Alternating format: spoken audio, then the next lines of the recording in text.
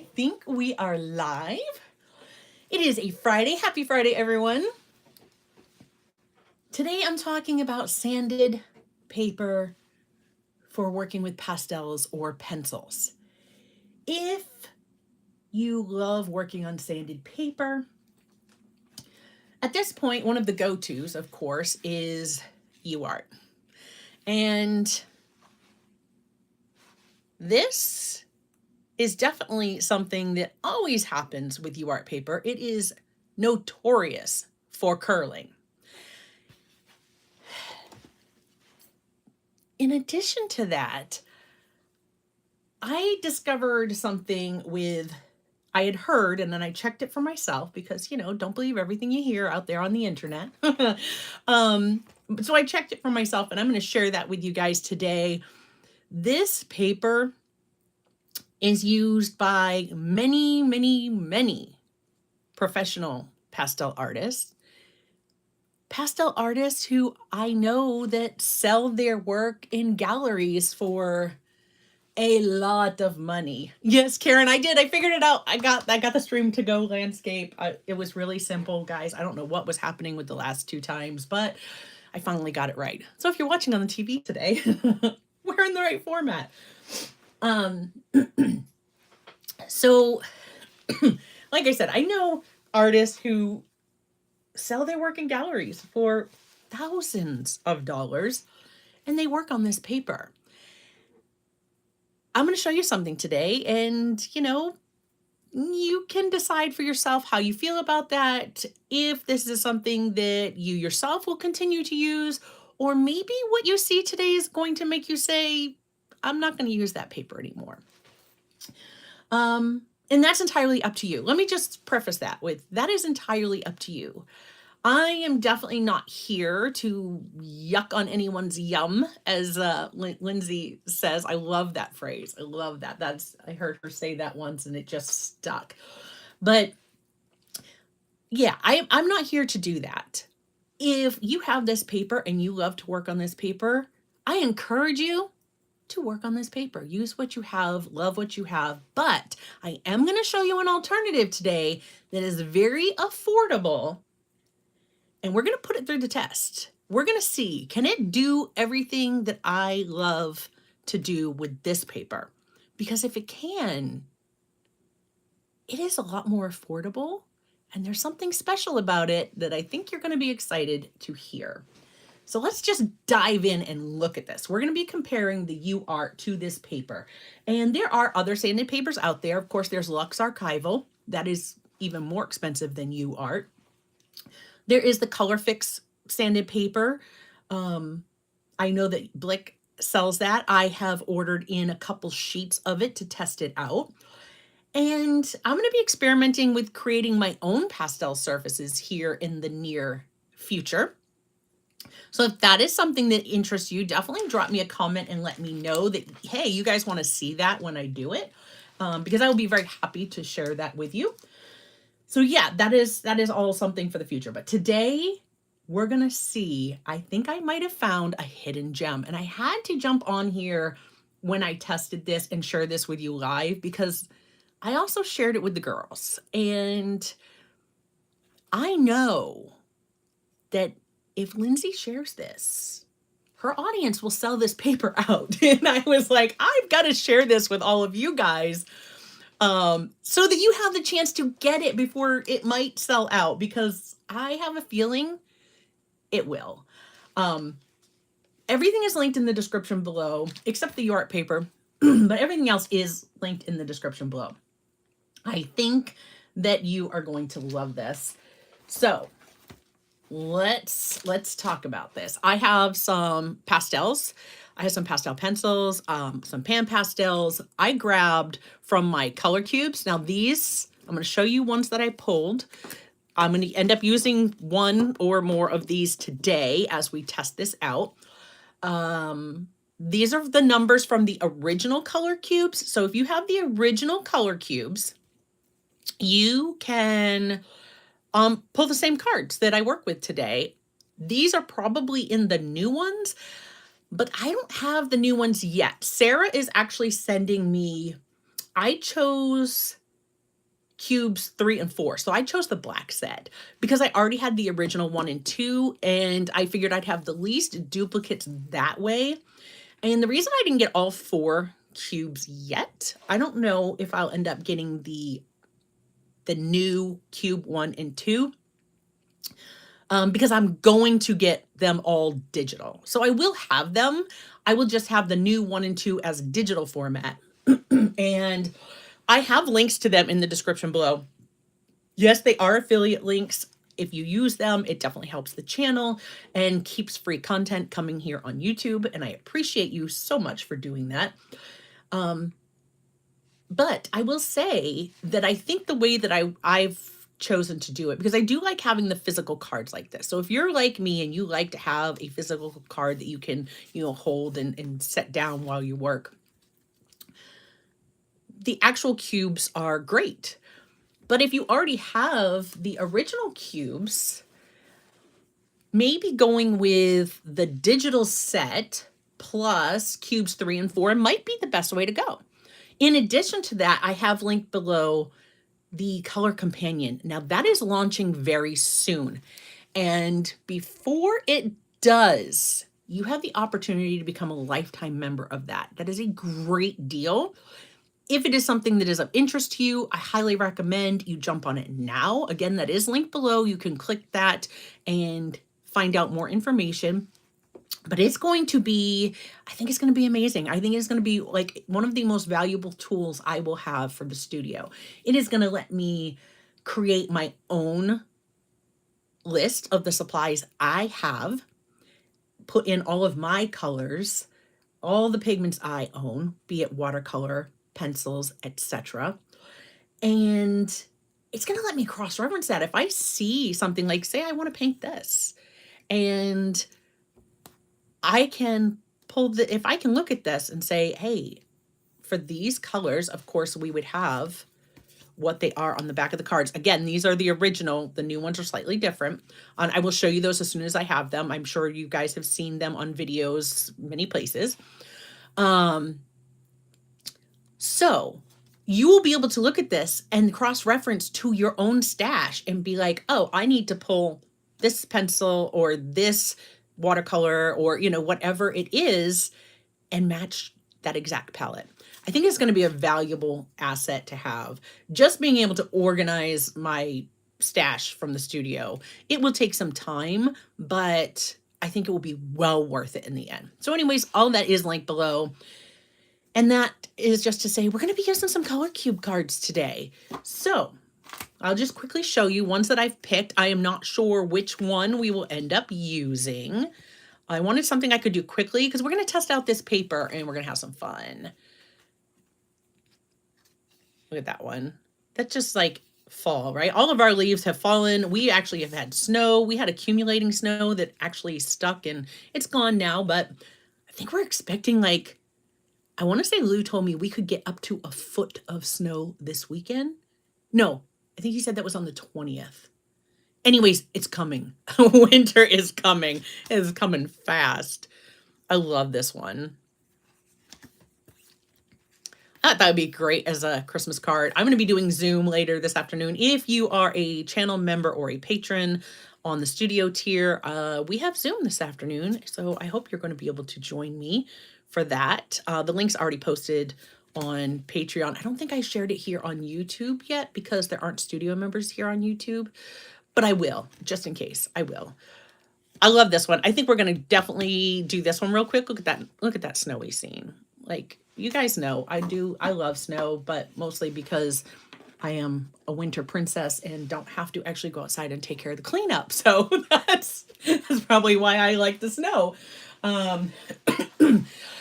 Okay, let me just quickly check on chat and we're going to dive right into this paper because this is exciting. Yes, at Terra Dreams, I figured out the landscape finally. Boo Peep says, yes, please share your DIY pastel surface tips. Very interested. Excellent. Karen, well, I'm not ready for that much snow. Yeah. Yeah. Oh, I can't wait to see how your puppy likes his first Maine winter.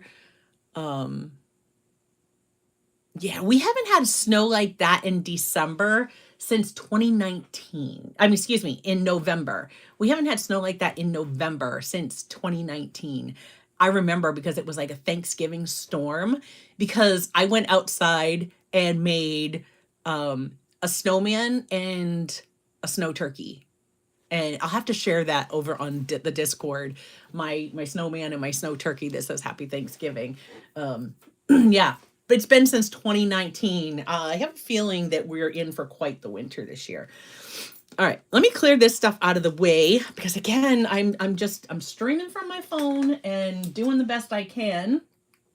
The good news is as soon as Apple releases the new version of the MacBook Pro that I am waiting on, I'm going to be able to order it and get back to things the way they were. I just cannot wait for that. I'm going to clear these color cubes out of my way as well. Okay. So real quick, let's talk UArt paper and what my issues are with it. And then I'm going to share with you this new paper that I found. You are not going to believe the cost and the feature I was so surprised and pleased with. We're going to get there real quickly. Okay. So I have my Lineco. This is a brand I trust when I am doing bookbinding, sketchbook making. I use their, actually I have one right here. I use their neutral pH adhesive. When I do some of the bookbinding, I have a couple other glues of theirs that I trust to be acid free. And this is my pen that I can use to test my surfaces to make sure that they are acid free so that I know they're going to be archival and I don't have to worry about that acid in the paper destroying my art in the future.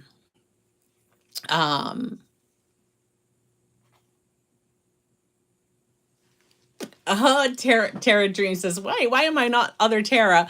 I don't know why I don't know why I changed that. Okay, let's look at the UArt paper. Now, first off, things I don't like about UArt. It curls. Every pad looks like this. Like every pad that I see, both myself, other artists who have it and you see their pad, it always curls. Go to the store to buy them. They're curled. No matter what you do, they're not uncurling. You got to tape them down. In fact, that wave portrait that I was working on, I haven't come back to it with you guys yet because it's damaged, because it curled and popped itself right off my board, out of the tape. Yes, out of the masking, and fell and is damaged. And I'm like, I don't even know if I feel like repairing that or just starting a whole new scene and doing a different wave with you guys. So that is something I have to decide, but that's why you haven't seen that finish yet. Here's some of the things I've created. Like, look at that. Look at how it has curled. So I believe that was a piece that was like this on the pad and it's curled. So I cut it, I cut it off like this. Yeah. Remember, this was one I've shared this piece of artwork here on the channel. Look how much it curls. So then I said, oh, I am going to mount it to a piece of foam core, right? And we did this project. I mounted it to foam core. I sprayed it with adhesive. This is still sticky if I touch under here. In fact, I don't have a piece of glassine to press this down, do I? Oh, wait a minute. I do. If I were to press this, right, like there's adhesive on that paper, but it will pop back up. It's unmounting itself from my board.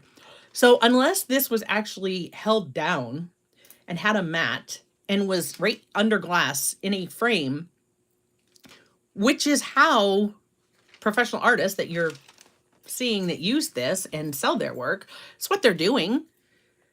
It's coming off. Yeah. I am like so not a fan of that. So that being said, the other thing about UART paper, and this is a big thing. Oops, there's a couple pieces of glassine there. Are you ready? And I'm going to bring this up close so you can see this.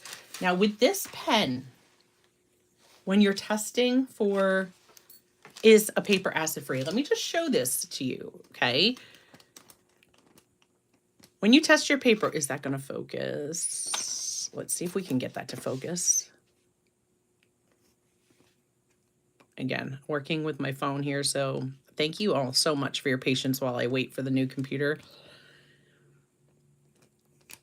When you're testing the paper, if we look down here, here's the important part. If it's yellow or colorless, that means it's acidic. If it's purple, it's acid free. Now, it can start out purple and that color can fade and become yellow. That means it's acidic. There's acid in that paper. So what we want to see when we touch our paper is purple. Now, this is the sanded surface. Are you ready? Oh, I'm dropping the glassine all over myself here.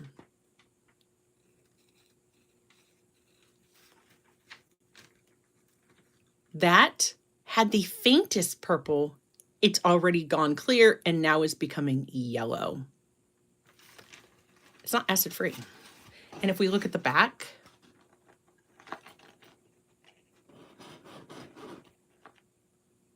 that is not acid free. So their claim is that it's pH neutral and acid free. The testing pen says otherwise. Like I said, lots of professional artists use this paper. They sell rolls of this paper. Lux Archival would be the more expensive alternative. Lux Archival is twice as expensive as this paper. It also comes on a roll now. It comes in individual sheets that you can get. They're supposed to be having, I think there's more sizes. If they're not already out, I think they're coming out with more sizes for sheets in the Lux Archival. So, excuse me, that is certainly an option. But if you're not selling your work, that might not be the best option for you, right? It's pricey. It is pricey. So let's talk about this little hidden gem that I found, because I think you're going to definitely be interested in this. I found this on Amazon. I was searching for pastel sanded paper, right? Sanded paper for pastels. This is a pack of 20. Let me just say that when I decided to order this, I had zero expectations. Zero. Okay. This paper is like 8 by 11. It does come in a variety of colors. However, I got mine in one color. I chose a color and I got all of them that color. This is 10 A4 sheets. It actually comes as a pack of 20. It comes like this. These are the A4. And then I got, let me just open this up real quick. Once I got these in, I quickly went right back and I ordered these. Let me get this open. And in fact, I went back and I ordered more. I got an extra pack. Oh my God. Sorry about the plastic noise. I got an extra pack. These are 10 by 15. I'm pretty sure this is 10 by 15. Now, this is made in China. You can do with that whatever you will. I obviously have no issues using products that were made in China because here it is. This again was 20 sheets. So we have another 20, and again, 10 by, I know it's by 15, but I'm pretty sure it's 10. Oh, it's 11. Excuse me. It's 11 by 50. It's actually 11 by just over 15. So I could do like an 11 by 14 picture on this. No problem. This one I got in black, and I will show you. Let's take a sheet out. Again, this is linked below.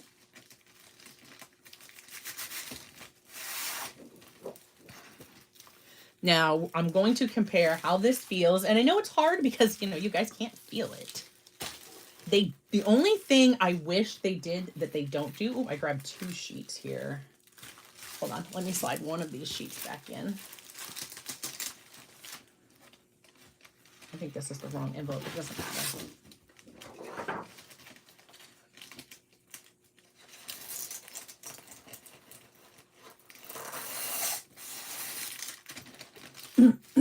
All right, get that off the desk because space is limited when I can't have you like up overhead. Still need to figure that out. Okay, so here's the black. I ordered the black, and that you can see, right? You can see the texture in that paper. And then I ordered these, the smaller size. I think I have some of the smaller size. I don't remember if I ordered some of the smaller size in black because I figured, you know, if this being the A4 size, the price difference, I would just get my sheets like I could cut down sheets from here. This is 15 by 11. So I could do 8 by 10s, 5 by 7s. Like I could get different, you know, different sizes out of that. So let's just see the texture there.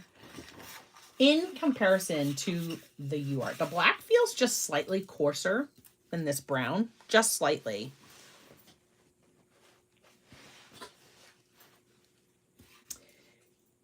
In comparison to how the UArt paper feels. The UArt feels slightly thicker. I don't know if that's going to show up very well, but let's see if we can try. So the thickness of a sheet, I don't know if you can see that. It's just, the UArt is just slightly thicker. The surface is a little smoother, but not by much in compared to the brown surface. A little bit more in comparison to the black surface. So this feels like it might be like, this is a 400. This might be like 300. And this is somewhere in between. This feels really close to 400. It might even be almost the same. So there's that. This is actually the one I tested because I can see my mark. So I will share that with you for the front. I don't know if you guys can even see it already. But when I tested that, you see the color? It's still purple. I tested this days ago. It's still purple. It never faded. See right there? It's still purple. I'm not going to be able to see it on the front surface of the black paper, I don't think. Because I haven't tested the black, so I figured we would do that together. Yeah, see, it gets dark, but I mean, I guess if it was acidic, that would disappear. And when the ink dries, like we wouldn't even see it anymore. It would just completely be gone. I can still see that color, Let's test the back. Just so that you can see, I'm going to do this one again. Look at immediately it goes purple. Purple. This paper's acid free. Okay. Now, Tara says, this looks like kids' paper. That's what I thought. I was like, wait a minute. It is acid free. It is a sanded surface. Guys, 20 sheets of this one when I purchased it. And right now, currently, at the time I am recording this, was just under $10. You know, Amazon doesn't let us or doesn't want us to say specifics because prices can fluctuate like all the time. But I think we're all adults here. I think we can get that fact, right? We know the price can fluctuate. If there's a run on this paper, I would not be surprised if all of a sudden they come back and go, oh my gosh, people have discovered our paper and now it costs more, like supply and demand, right? However, at the time I'm recording this, right now, this was just under $10 for 20 sheets of the A4 size. You are not getting sanded paper that is acid free for that price. We just don't. This one, the bigger size, 20 sheets, was just under $15 for 20 sheets. That is less than $1 a sheet. And this is 11 by 15. Like I said, I've already ordered more. I ordered more before we even tested it out. So what are we going to do today? We are going to see how this paper holds up. When I use UArt, I like it because as I've been learning soft pastels, I like to do like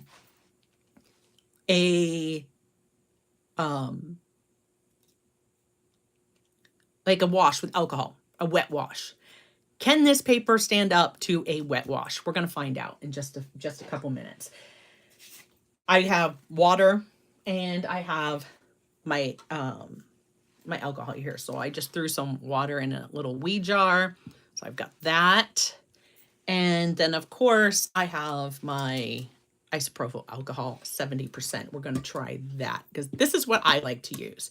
And the reason I like to use that is because it dries so quickly. So we're going to be trying that. Let's talk about what I have for pastels to put on this surface. I have, everything is linked below. I have some pan pastel here, right? I've got some pastel pencils. While I'm talking about pastel pencils, they have not come in yet, but I have them linked in the description. I just found a set of 72 Color, right? K-A-L-O-U-R, Color pastel pencils. Has anybody tried them? Barring no delays if we do get snow. But I don't have them today, but I linked them in the description because it was 72 pastel pencils. And they were like, I want to say they were like about 35, just over $35 for 72. That is a great price for some pastel pencils. So yeah, I'm really looking forward to getting those in and trying those out. They're linked below if you want to check them out. They're on Amazon and they say highly like fast. So of course my interest was piqued and I did order some. But again, I was hoping they were going to be here so I could show you both at the same time, but they did not come in yet. All right. So today I just have some of my Stabilo Carbothello pastel pencils.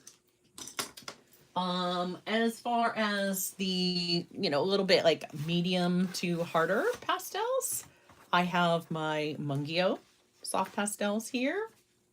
Right, I got that set there, so we'll try out some of those. I have my Sennelier Paris collection. Those are beside me over there. And I also have the Paul Rubens Artist Soft Pastel. I have this set here. These are definitely they're a softer pastel. I haven't tried yet, so I have these. And for, oh, the other hard pastel that I have are my Conte pastel sticks. If any of these, if you are interested, I do have all of that linked in the description below. So that is not what I said, Karen. Oh my goodness, that is so funny. All right. A wheat jar. See? We. Yeah, that's funny. All right. We're going to start with just the smaller paper at first. I'm not going to cut this down. If I was, I would probably end up using my old cutter. I have a cutter that has an old blade in it, and you know, I'm not going to trash that blade if I use that. So, I'm not even going to worry about cutting them down today. If we do, you know, when we do stuff like this, we're just going to do like a small, like just a small version. Not lots of details today. I want to be able to do some quick things and try that out. All right, first things first, let's just get some mark making. How do let's start with our harder and work towards our softer pastels on this paper. So to start with, it's a sanded paper. So sanded paper usually grabs our pastel medium and shows up so much nicer than unsanded paper. Excuse me. For example, I happen to have I've got some like Strathmore pastel sitting. That just happened to be sitting here next to me. This has different colors in it. None of it's black. I wonder if I have a black. I'm just looking real quick to see if I just have some regular black, like mixed media paper, so that you would be able to see it like on dark paper versus on the sanded. Oh, I think I found one. Hold on. Move this stuff so I don't knock everything over. Yeah.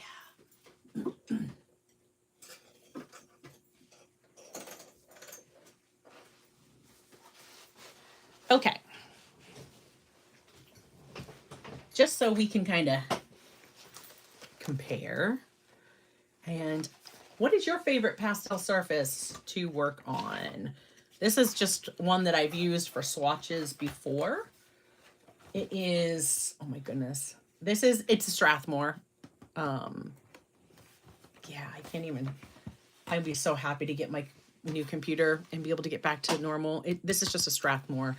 Pretty sure this is like, it's either a drawing or a mixed media. It is right there, Strathmore Drawing 400 series. So that's what I'm going to share in comparison. Okay. So our pastel pencil, again, this is a Stabilo.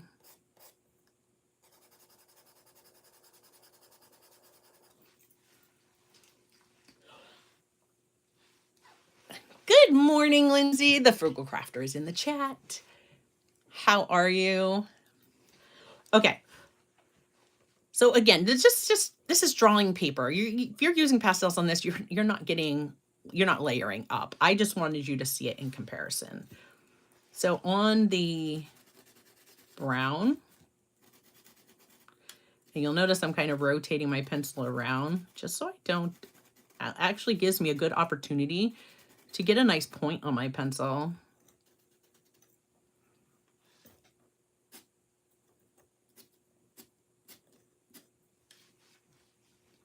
And we will do this also.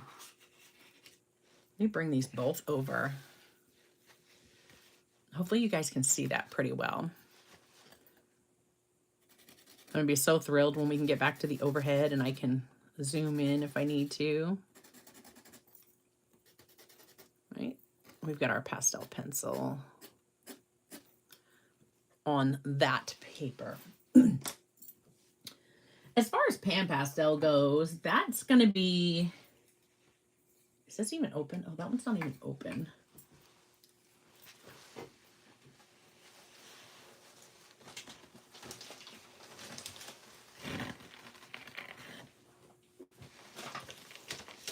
I have my palette here, so let me just grab one.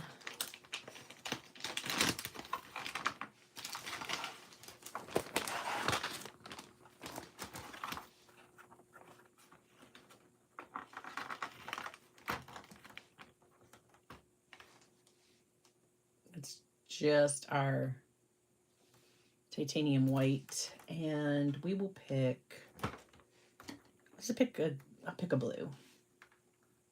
Why not? We'll pick a blue.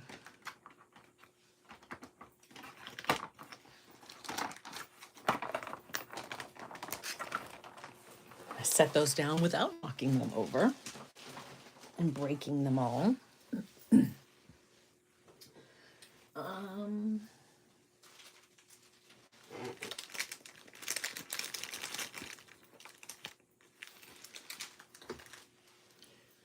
Just grab a soft tool.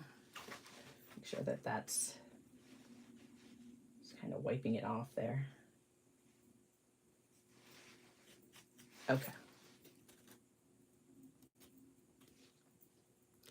I don't know how much I would use my pan pastel on sanded paper because it's going to tear up my soft tools. That's SOFFT. I do not have those linked in the description below. But you can usually find them on Amazon or on Blick. Right? That definitely grabs. Definitely grabs. Again, on regular paper, it's just going to fill up the tooth of the paper so quickly.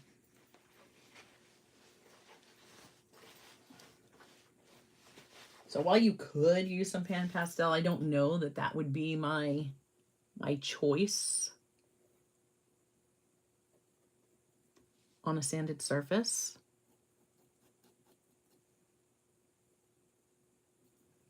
This little pad that I have on here is like, it's getting dried out. That is definitely something, like, if you don't leave these on your tools and just like stick them in a jar like this, you're gonna want to put these in a container that you can close to keep them softer. They will dry out. So yeah, a soft pastel, or excuse me, pan pastel, which is a soft pastel. All right, I'm gonna try to just put those aside and hopefully, let me screw them underneath one of my other, nope, that hasn't even been open. I can't. Either has that one. All right, I'm just gonna set them aside. Okay.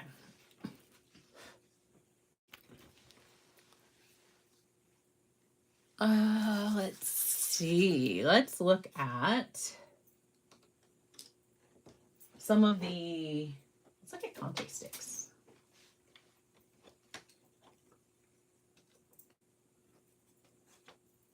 I have a couple extras that are in here that I've added to my collection.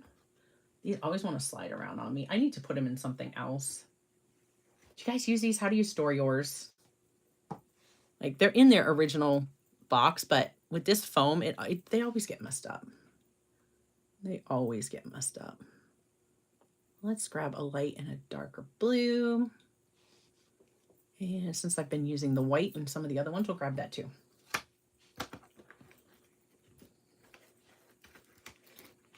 Move that out of the way. So again, on just a regular, this is drawing paper, not what I would typically use these for. I just want you to see them on a black paper.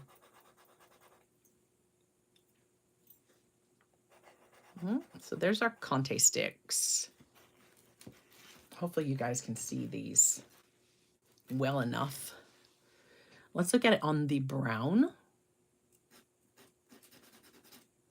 Okay, there's the white.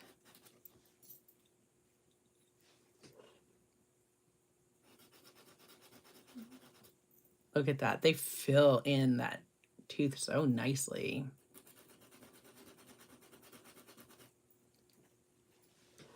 But even with that, I can come right back over the top with something else.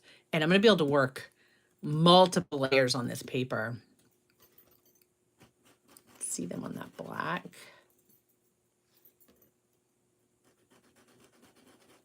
Now, sanded paper is going to, it's hungry. It's going to eat up some of those soft pastels. And I think that is why I like, look at that. That is why I like doing the alcohol wash. You don't need as much, and I'm going to show you that in just a few moments here.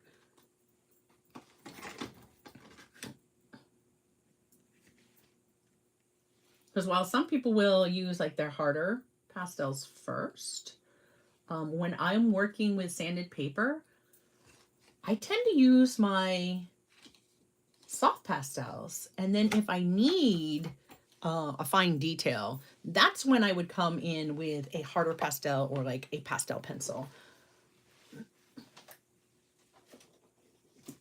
Okay, let's look at the Mungios. These would be like, I would say like a medium as far as hardness goes. That one's a little dirty. I'm just gonna wipe that off. I have a paper towel that I hang out of the pocket of my apron. I got my meat and apron on today. I am loving the apron. I didn't link it in the description below, but I certainly can after the stream if anybody is interested. I love this apron for the studio. Full disclosure, Meaden did send that to me. However, I absolutely love it. I would buy another one for myself if I ever did anything to this one where I needed to replace it. Okay.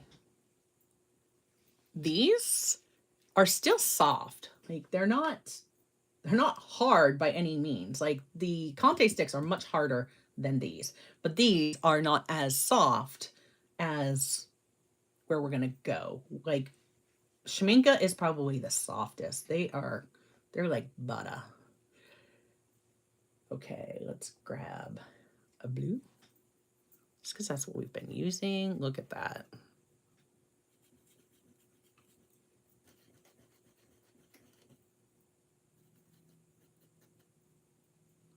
And I've shared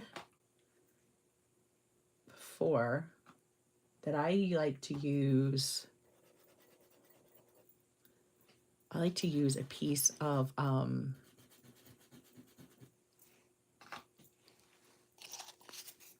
foam because it just kind of saves your fingers, right? When you're trying to blend them in on sanded paper versus rubbing like this.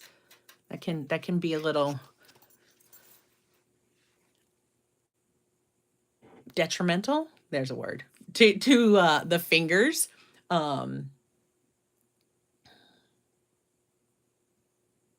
Oh, Boo Peep, that's a great question. We'll do that in just a second. So the question was, with a sanded surface, how hard is it to do a blend?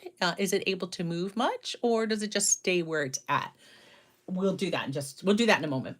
Again, like I did with the other, let's just do a quick, right? Look at that, right on top of the blue. And I'm going to move that in so you guys can actually, I'm going to move you. So hopefully I can do this slow enough to not make anybody dizzy. See that? We can definitely, I think we're going to be able to work some layers here. Bring you back over. Okay. Now, see on this one, it mixed right, like that blue mixed in.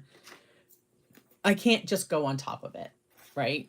That's regular paper. All right, let's go a little softer.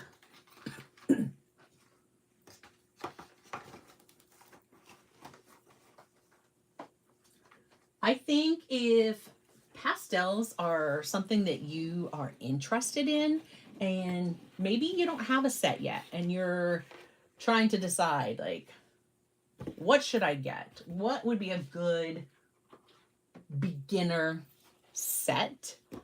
Um, my absolute favorite so far, I say so far, I do have some new ones to try.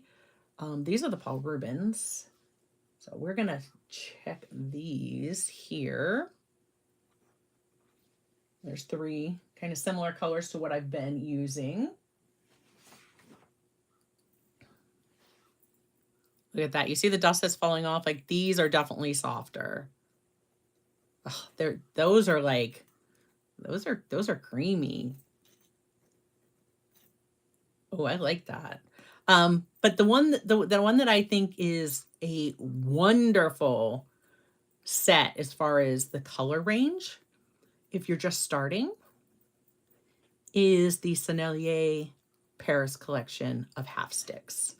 That was what I shared in the last stream. I was using them with the wave. I think that set, the reason I say I think that set is a great set for beginners, or if you just, you know, you don't have any and you want to get some nice soft pastels, because it has a good range of lights, darks, and some of those really bright hues. I really think that's a great set to start with. I need to grab another paper towel. My fingers are getting quite dusty after touching those 3. And then again, I'm gonna move you a little closer. Look at that. Oh, look at how that white shows up. That's beautiful. Okay. I'm gonna leave those standing because we will see if we can't do our blend with some of those too, to be able to answer Boo Peep's question. The next one, let's go really soft. Let's compare those to. So this is a Sennelier. Again, these right here, I'm just grabbing because they've got some of those blues we've already been using. That is this set, the Summer Sky. You get just 6. That's a great way if you want to try them. They have many sets like this that come with 6 pastels. It's a great way if you just want to maybe try a few Sennelier before you actually dive in and go with, like, say 120 set like the Paris set. And these are nice and soft. Ugh. Again, you can see, like, I'm leaving some, like, I just tap and it makes dust. These are a little softer than the Paul Rubens, but those Paul Rubens felt great. I can't wait to use that set.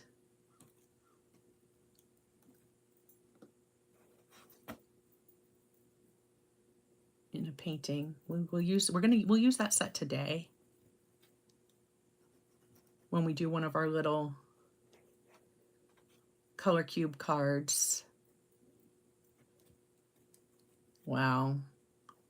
So far I am liking this sanded paper. Look at that. I don't think we're gonna have any issues as far as layering. So they're messy. Stay dusty, my friends. Stay dusty. Oh my goodness. You can't be afraid of being dusty with the soft pastels, that's for sure. And you see this dust? If I took a piece of glassine and I did the dust like that, I'm looking, I had one in the, let me grab it. I just want to show you. It's an opportunity to show you a quick trick. If I can get a piece of glassine to come out. Where did I put the other one? If you have your dust and you take a piece of glassine and you go set it on top of it and you rub over that, that will fix that into your paper better. And that's a great way for doing, like, stars if you didn't want to spatter them. But I will show you. I have shown you. No, I haven't. I did that in a Zoom with patrons, how to do the fine mist. There's another way that you can do it. That was a patron video. So, or a patron Zoom. But yeah, that is one way that you can do it. So if you had that pastel dust, if you would, let's see if we can just make some on the paper.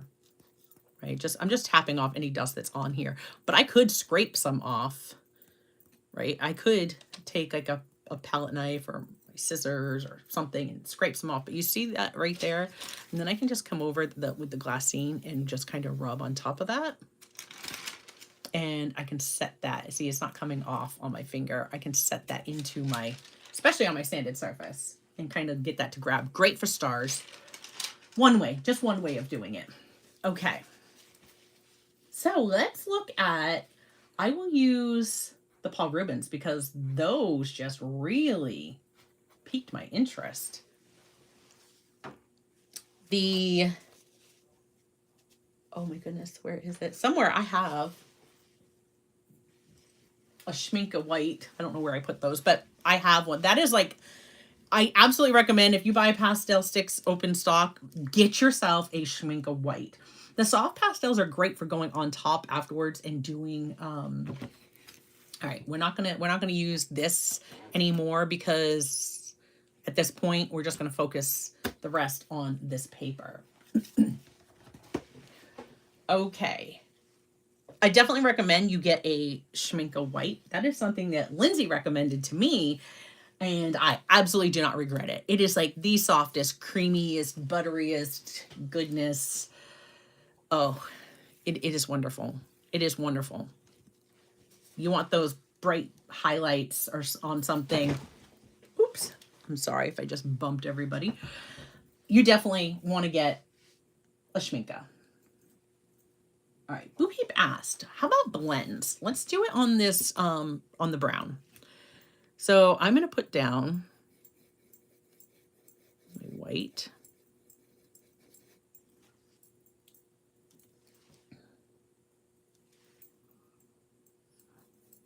Get some of that mid-value. I'm going to go back over this.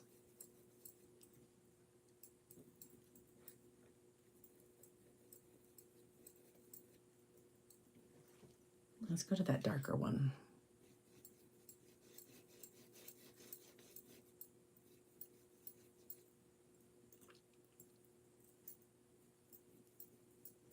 All right, and I'm going to save my fingers. So I'm just going to grab a piece of this. I'm going to start here where my lightest color is, and I'm just going to work my way over to my darkest value.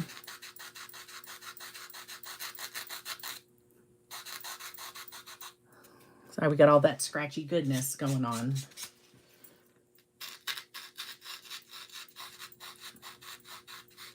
All right, I hope that answers that question there. I'm dragging some of that back over into my white. We can always layer back on top. Just wiping this off, drying. It's not drying, it is dry. I'm wiping it off on paper, just a piece of paper towel. Right? Okay. Can we do a beautiful sky gradient with this? Yeah, absolutely. I think we can. Look at that. Does that answer your question, Boo Peep? I hope so. How hard is it to do a blend? I don't think that was too hard at all. What if we wanted to blend two colors? Let's grab a cool yellow.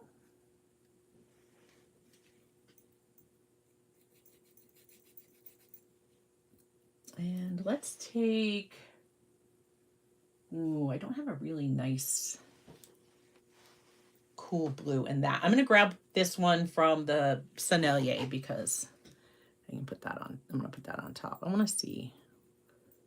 Okay, how can we mix the two, blend the two colors on the surface and see what can we come up with? Look at that grain. Okay, does that answer that question, Boo Peep? I hope it does. And that was very easy to not only just blend the colors we wanted. So if you don't have a huge collection of pastels and you need to kind of mix some colors on right on your surface, yeah, absolutely. We can do that here. Okay. And again, a sanded surface is going to eat up some of your pastel a little bit faster, but let me just kind of share with you. This is one of the tests. I'm just going to tap off some of this dust into my basket here. And we're going to turn this so that I can work at the top here. I'm not even going to tape it down because I want to know, is this going to buckle? Is it going to warp? What's it going to do? How's it going to react to wet wash? So we're going to work on, we're going to do, let me grab, I think a nice easy one, right? We could do, let's try like this guy. Thought about doing that on the black paper. Let's go ahead. Let's just turn this around. I'll do it that way. Oh, I'm getting pastel dust all over my desk. Normally I put them in something else. I don't just set them on my desk because they make such a mess, but I forgot to grab a little palette, and that's fine. Or a little dish to put them in. Yeah. I don't really have one handy either, so it is what it is. It's fine. All right. I'm going to want some colors that are similar. If I'm using just the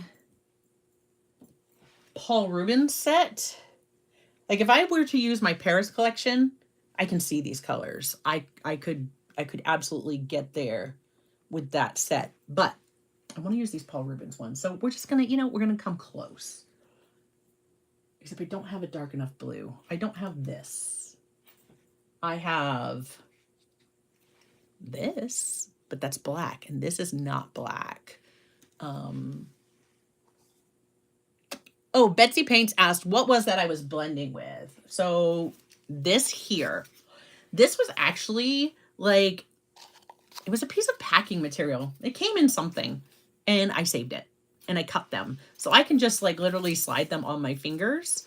Some are bigger than others, but I just slide them on. And then when I'm working on sanded paper, and these, you can wash them right off. They're like a styrofoam, or like, they're like a foam, pipe foam. That is another one. You could buy it at a hardware store. There's pipe foam. It comes in black a lot of the time. But I can wash these. I could take these downstairs and just wash them at the sink and get all that dust off, and they'd be fine. But I can blend with that, and that's going to save my skin. So that's what I was using. All right, but you know what? We're talking about, can we blend? So let's just go ahead. We're going to take this one, and I will blend it with this because we don't have a lot of dark. We just have some there. I have that really dark blue. If I were using, I'm reaching. Oh, I'm really stretching.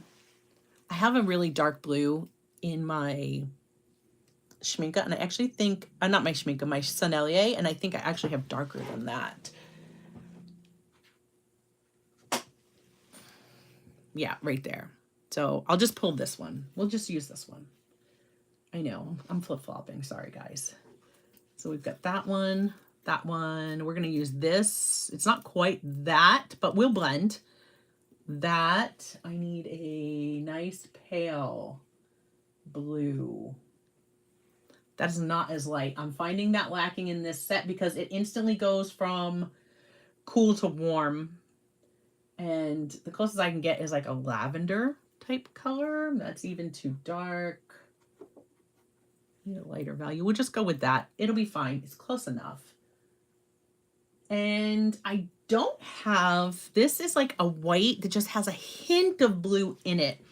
I have that, again, in my Paris collection, or in some of the extra ones that I've open stock I've purchased. I talked about that in my other video. I got a couple open stock. Like, see this? It's just a hint of that lavender. This one is that's that. It is a white with just that hint of blue. This is in my glasses. It's a PB72, PB29. Oh, and it's actually broken. So why not just pull out a piece? We'll just use it. That's the Sennelier. It was broken in half. I'm just gonna use it. So we have some colors. Hi, Shanna. Popping in, joining us on your lunch break. All right, so there we go. It is that easy to, you know, mix your palette or find your palette on, if you're using one of your color cube cards.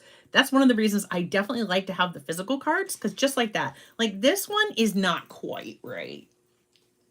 I think I'm looking at my set that's beside me to see if I have that.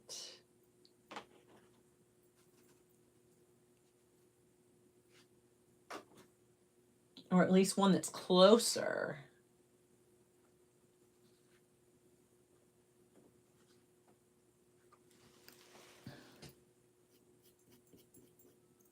That's not quite dark enough, but that's right. It's the right hue. It's just not the right value.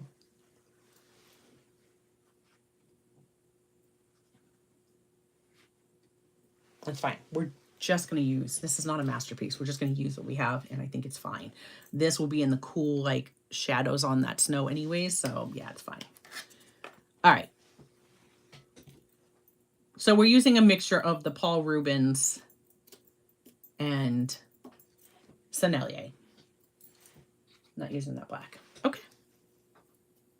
So we start, I'm going to do this how I would do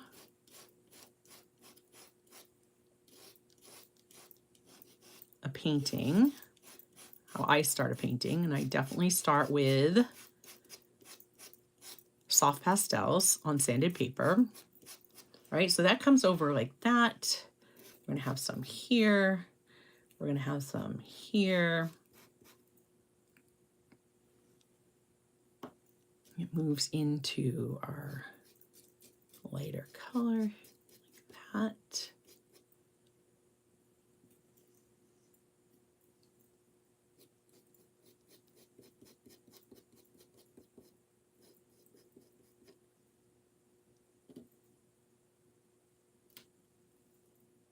And look at that. They're soft. That is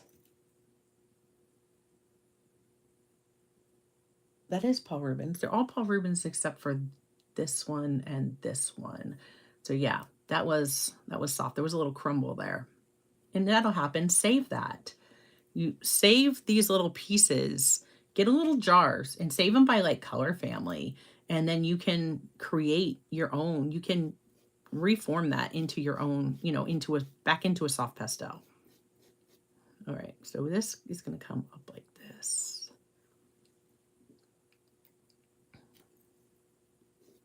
Got some of that.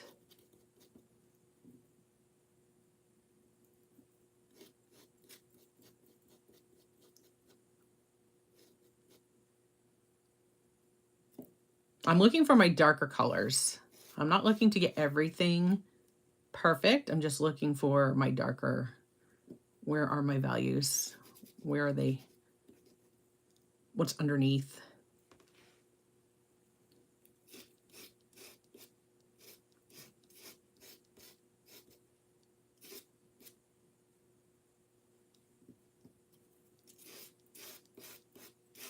All right, let's see how it handles a wash.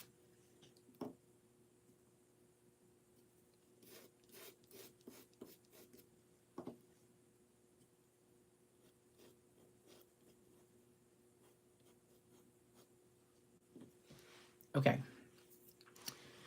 I prefer to use alcohol. I will use some, we will test it with water before we're done, okay? But I want to use the alcohol. It dries fastest. So there's my alcohol, and I reuse this. I've been using the same alcohol for a while. You see there's a little tint of the color in there. It's fine. And you can't really tell, but in the bottom, all that pigment has settled. I can scrape all that pigment right out of there, and I can actually save that and create another pastel with that in the future. If that's something you guys are interested in seeing, like how is that done? You'll have to let me know, because that is, it'll take me a while, but in the future, I will show you how we can do that. All right, so what I'm going to do is I'm going to start with my lightest values first, because I want to get this wash of color through here.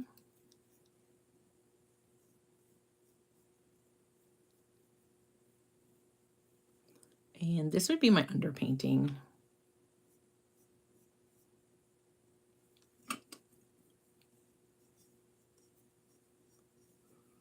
And you are going to see that as it dries, like right now, that black is going to show through.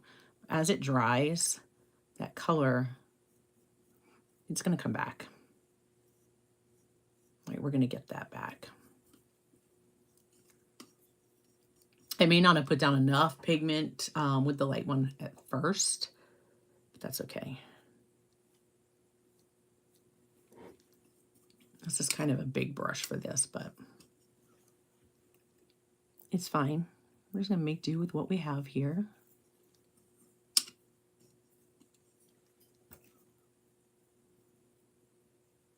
I am not feeling like, I'm not seeing any of that sanded surface. It's not lifting, it's not breaking down any of that surface. That's what I'm looking for in doing this.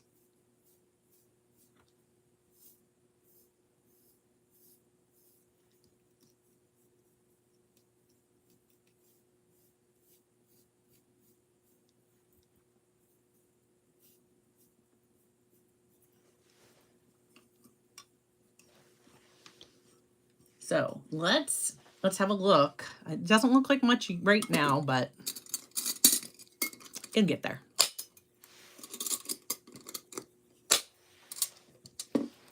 Let's take a peek at this paper, because the point of doing that was to see, is she buckling?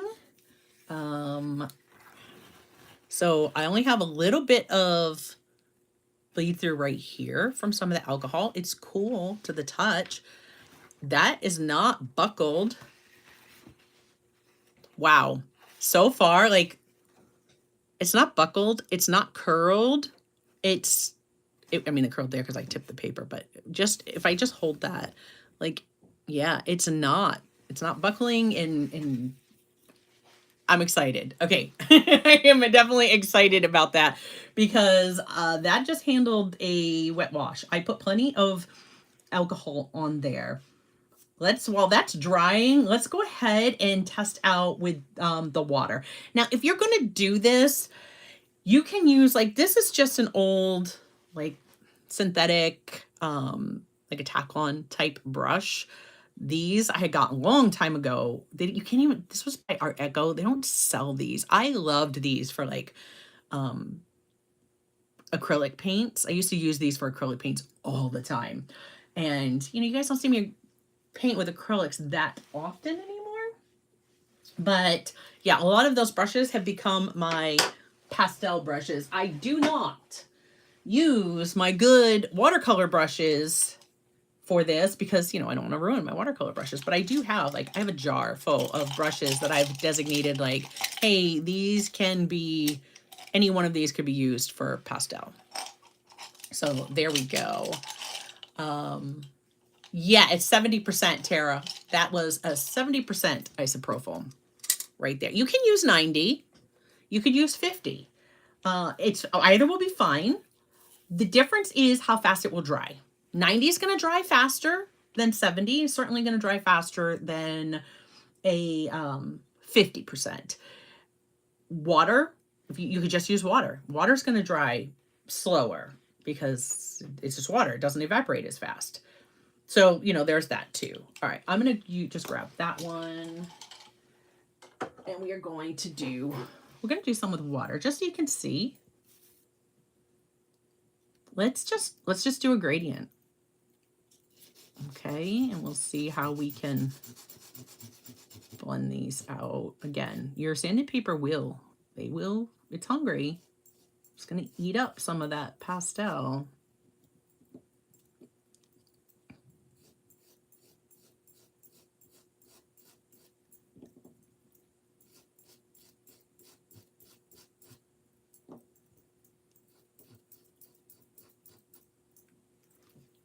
So now this is just water.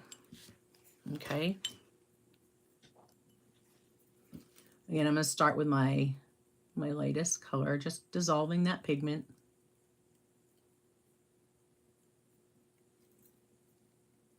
And I'm going to work my way over.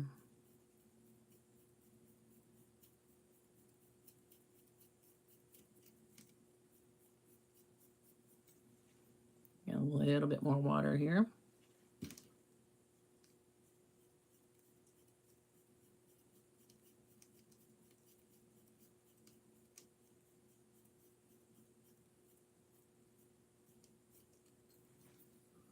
And rinse that darker pigment out.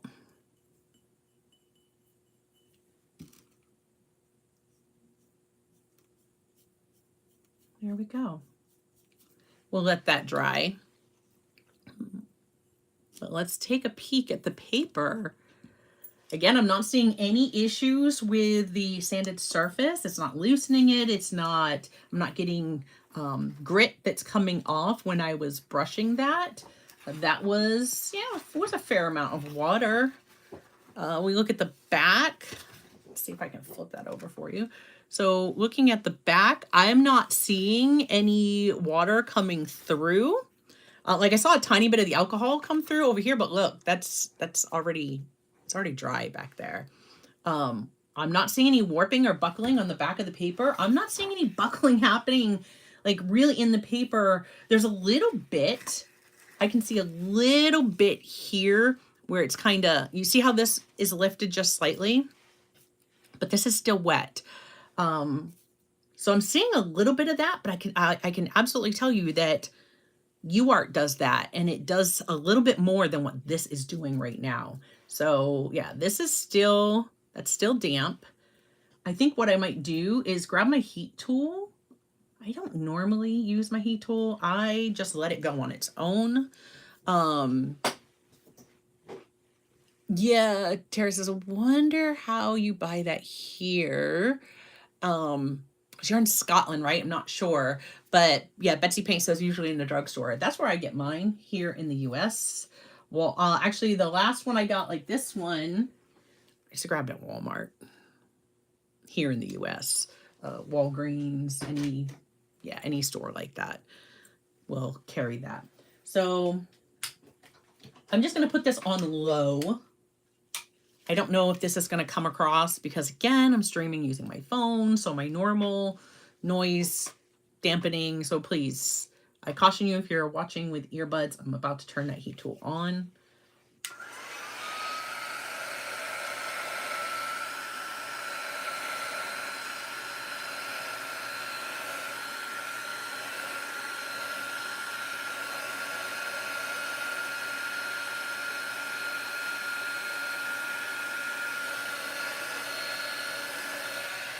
See how fast that dried? And look at, I told you that color would come back, and it definitely did. Let's see how this one, you're going to see that white show back up. This colors are going to really show up more. Again, I don't normally use a heat tool on soft pastels. I just let it dry on its own, but just in the interest of time today, that's what we're doing.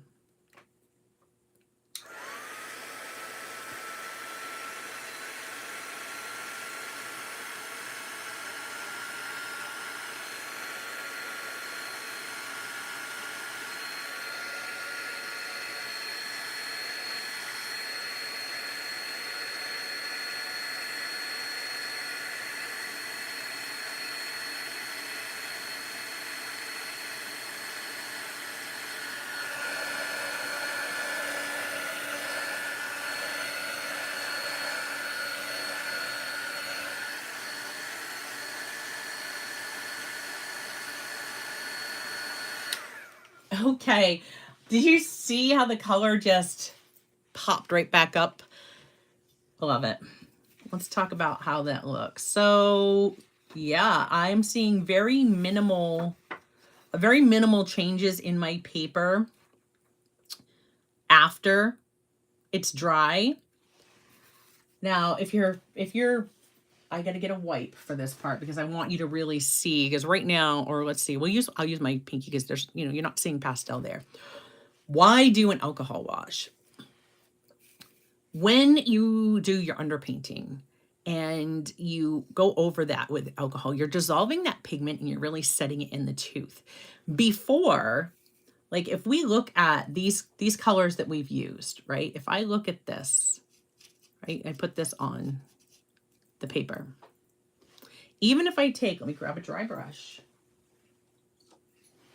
right? This new brush, nice and dry.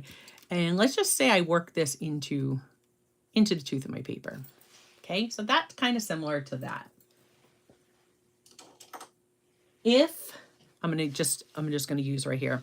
If I touch this, see all that pastel that comes off? Like that, it's still coming up. I just wiped that off. Now here, when I touch that, that is not coming off. Our alcohol wash like sets that layer into our paper and it kind of fixes it. It's not permanently fixed. If I really scrubbed this, I could move this color, but it really kind of sets that color there. And that's why I use the alcohol wash underneath. Like now I've set some of my values.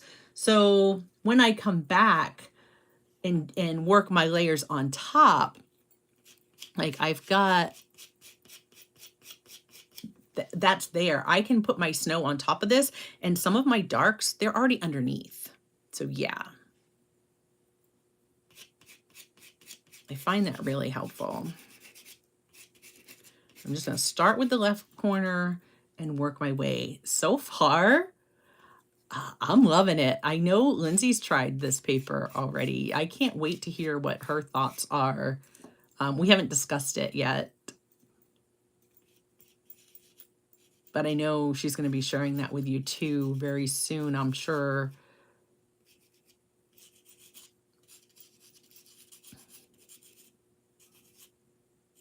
So again, we can blend.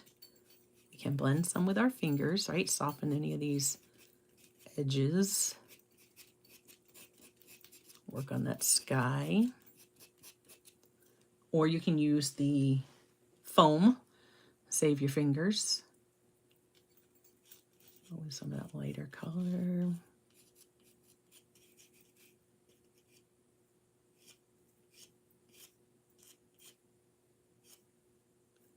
Some thinner lines there near the horizon. If you guys can't really see that, it's kind of off camera. Let me move that so that you can see. This is the one that I'm working with. All right, and just keep going. Oh. How about if I just, how's that? Maybe, I don't know. Prop the single one up. I'm done with that. And usually I only use the alcohol during that one wash. That's it. I don't come back and do it again. It's just that one time.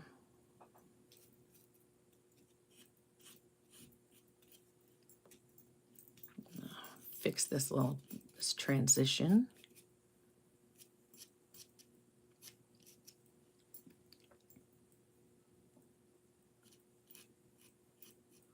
Look at how that just kind of comes right on top.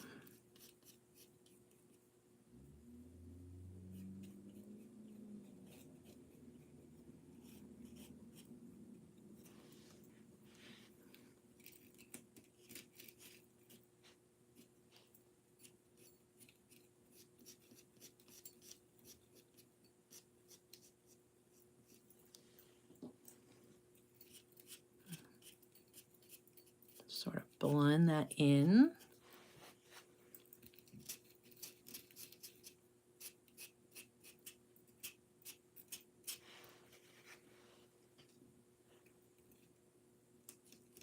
And it doesn't have to be perfect. You don't have to be exact to our reference photo. Don't be a slave to your reference. Let it just be a guide.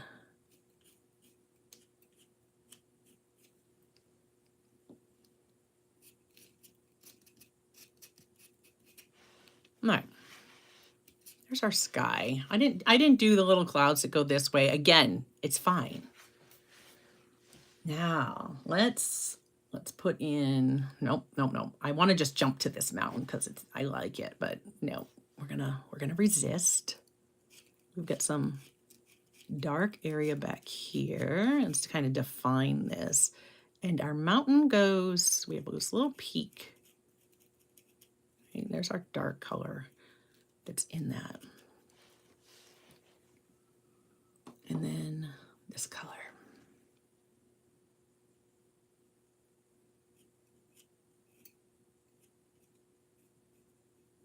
Kind of matches our sky, doesn't it? Maybe a little too well. Kind of blend those.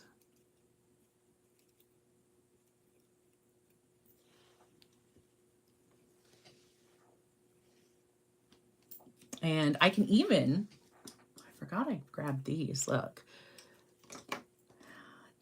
Let me just double check my Carbothello pencils. Yeah, I think this one will be good. I was just looking for one that was similar to what I'm seeing there.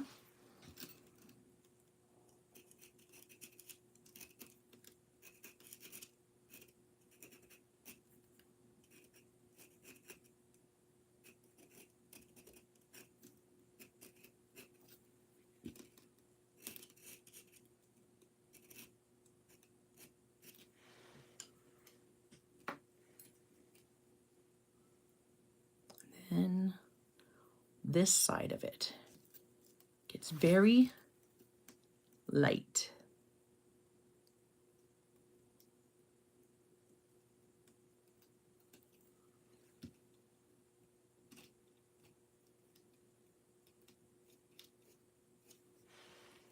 That's catching some light. Let that pull over.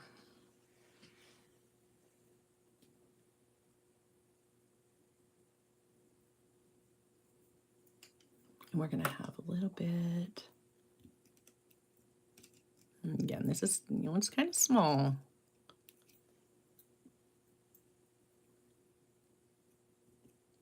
I think we can be like, want to do a lot of details where we don't need to do a lot of details. I'm going to take my pencil though, just to put in a few of the dark spots. I could also carve those out. I could take a fine brush and just like knock the pastel away. I could do that as well.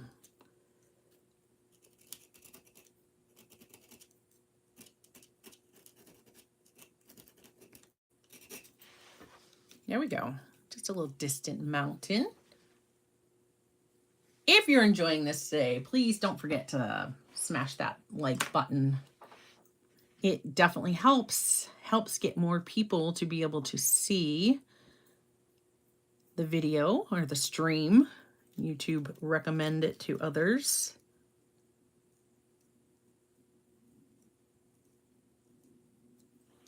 Some of that land behind there.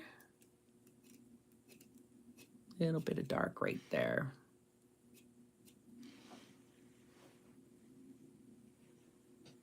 Kind of pull that forward.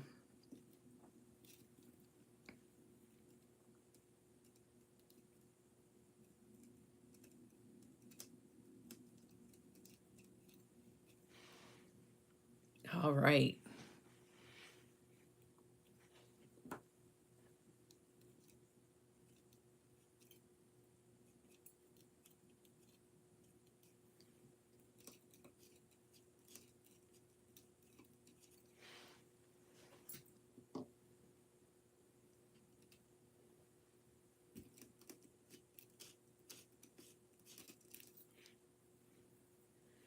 Moving forward, this kind of spills into this plane right there.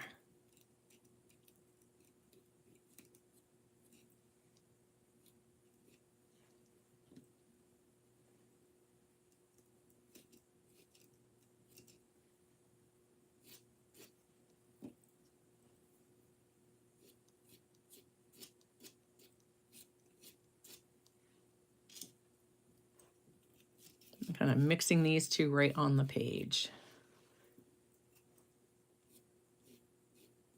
where that shadow is. Bring some of that over.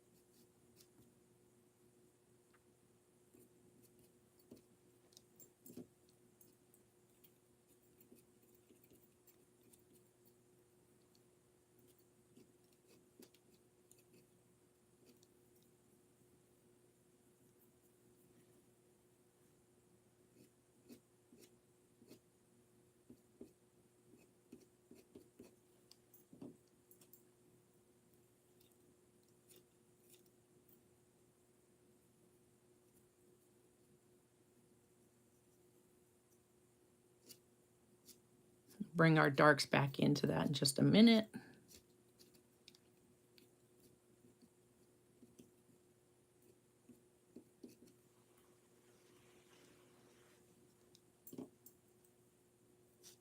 Continue my sky because I kind of brought my mountain over a little bit further, but just continue that. And then we need some darks in here. So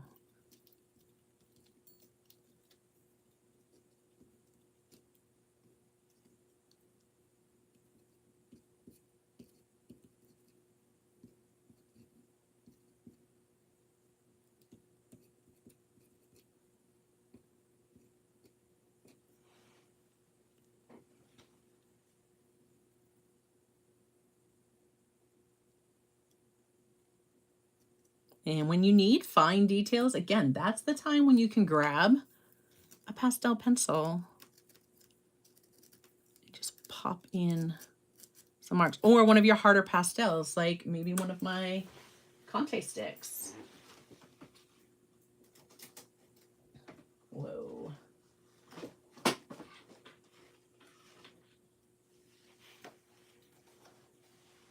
see if I have a nice... I don't really see a nice... See, that's the only thing. I don't see a nice dark blue in this set that I would want. So I guess I won't be grabbing one of those.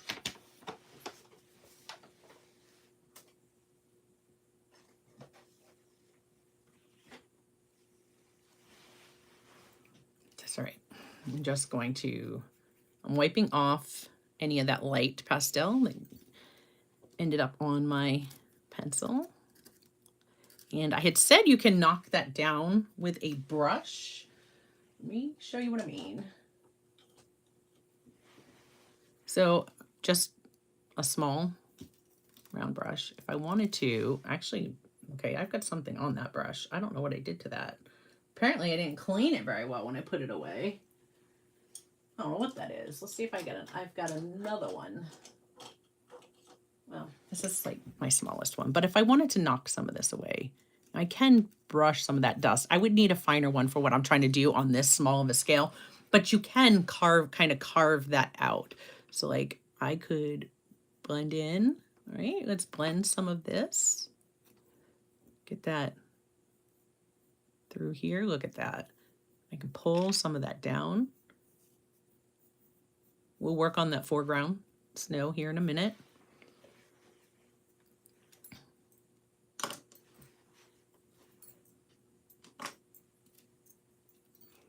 I could also, if I needed a crisp edge, to put in some of these darker marks with the soft pastel. I could break my soft pastel. Don't be afraid to break them.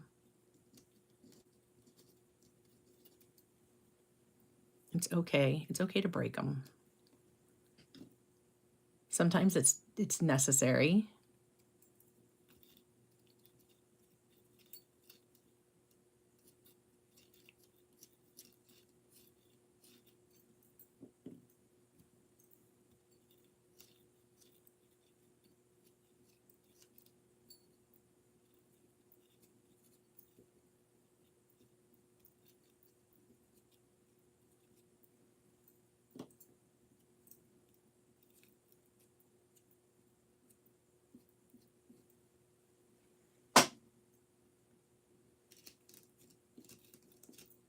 Normally I have my normally I have my monitor.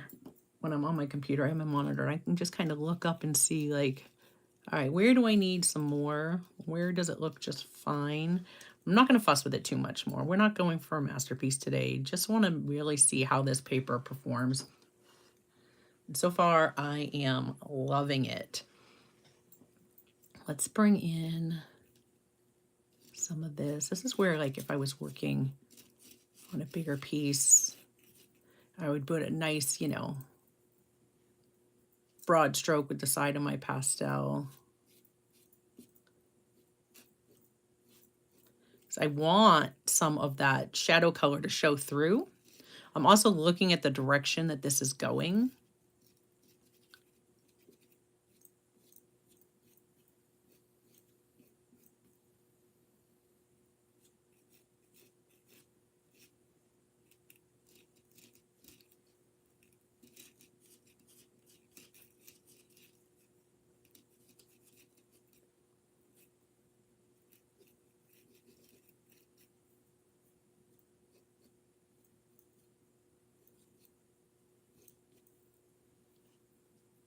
Now, if I want brighter, like, highlights, like this is really catching the light that's coming from behind that other mountain. I can bring in, this is my white on that Paul Rubens, right? Let's bring in some little highlights there. And also up here, bring in just a little bit, not too much. I don't want to overdo it. And I can take that brush, right? If I want to soften this and knock that into the tooth of the paper, I think pastel, it's like, it's a fine dance. Put it on, we kind of blend it, move it around. That does knock some of it off our surface.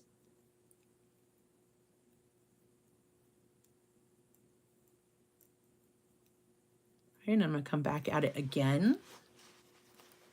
But already, so far I'm loving it.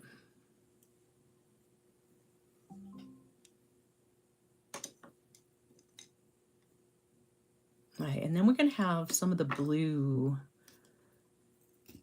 Let's put in just a few spots here, right? These are just the shadows in the snow.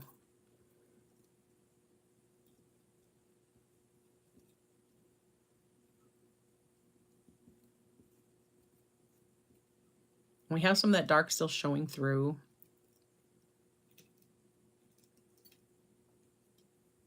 I want to leave a lot of that showing. I can come back again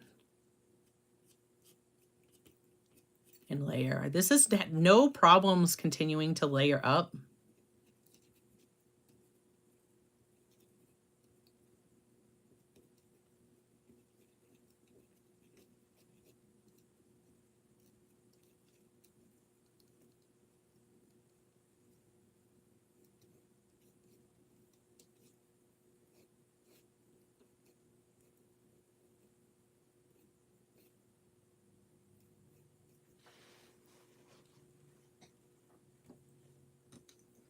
I think I want to soften the look of my mountain here.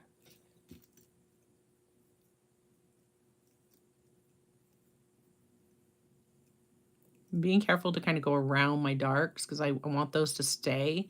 I don't want to soften and blend those. It was just knocking some of that pastel dust out of my brush. If I were working upright the way that I like to, right now we're flat on the desk today, but if I were working upright, a lot of that dust would just have fallen off my paper.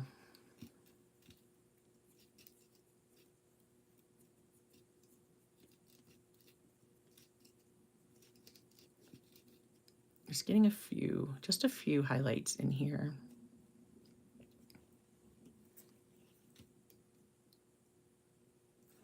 Just tapping lightly, just trying to knock that into the paper. Again, we talked about glassine, right? Just want to rub that in. Maybe I don't want to knock it off, but I want to kind of work it in and save my finger at the same time.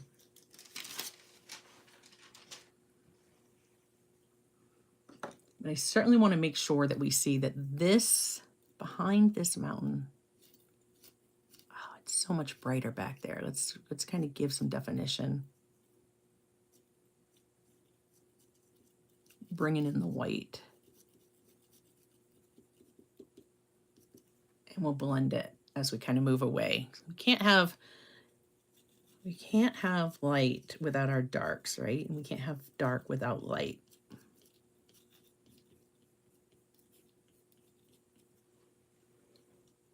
I think we all heard Bob Ross saying that as we were growing up.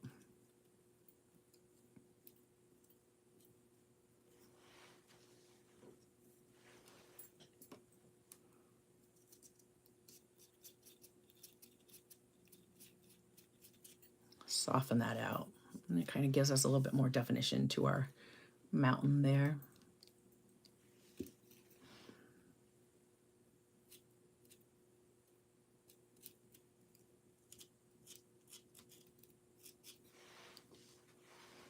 Some of that land in the distance. I just want to kind of break that plane at the peak of this mountain.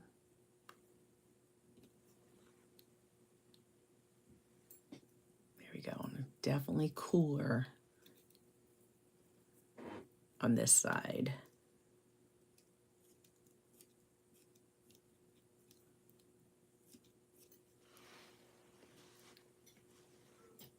All right. So that was just a quick study. I love the color cubes for that. Like there's just some quick inspiration. That was fun. That was fun. I would definitely paint this on a larger scale. It's just kind of a quick thumbnail of it. Definitely a larger scale is going to be much easier to get those light and darks and all the differences in our snow and such. But for a first impression of this paper, wow. What do you guys think? I can't even get that in there. I'm going to move the phone. So apologies. I will try to move you very slowly.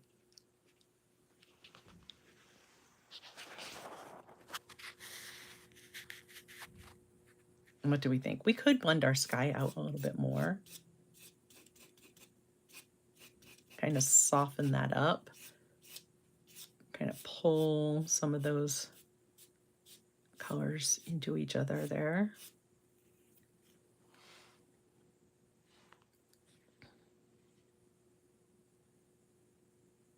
I feel like we're going to look like this very soon here in Maine. The snow is coming. Winter's coming. It's coming soon. Probably sooner than a lot of us might like, but it is definitely coming soon. I'm trying to go nice and slow so as not to make anybody nauseous with the movements.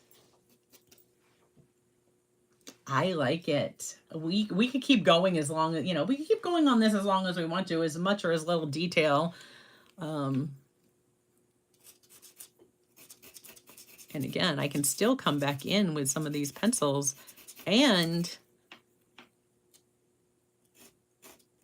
get some definition here.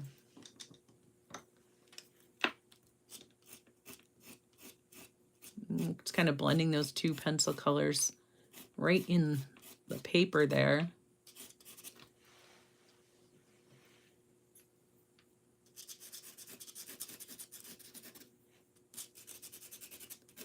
It will still just keep taking those layers.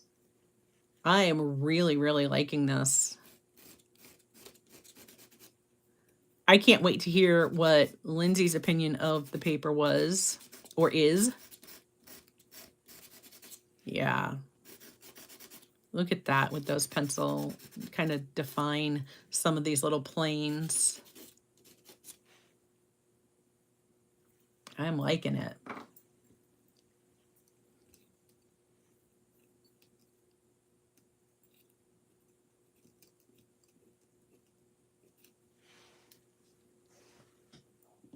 What do you guys think? Have I piqued your interest with this paper? Is this something that you might want to check out if you like sanded paper?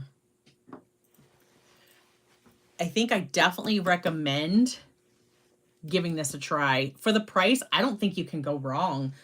Look at that. I'm going to grab a wipe and see if I can't get my hands cleaned off. What about those of you who like colored pencil? Before we go, I do have some colored pencils behind me here. Oh my goodness. Give me just a second to kind of wash off this pastel dust from my fingers.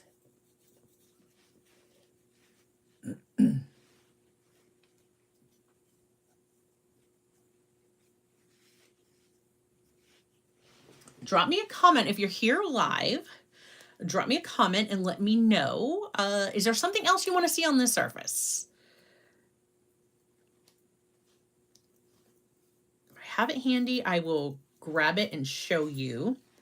But for just a quick, you know, thumbnail painting, I really like that. I can't wait to do some more and see like a full-size painting what I think.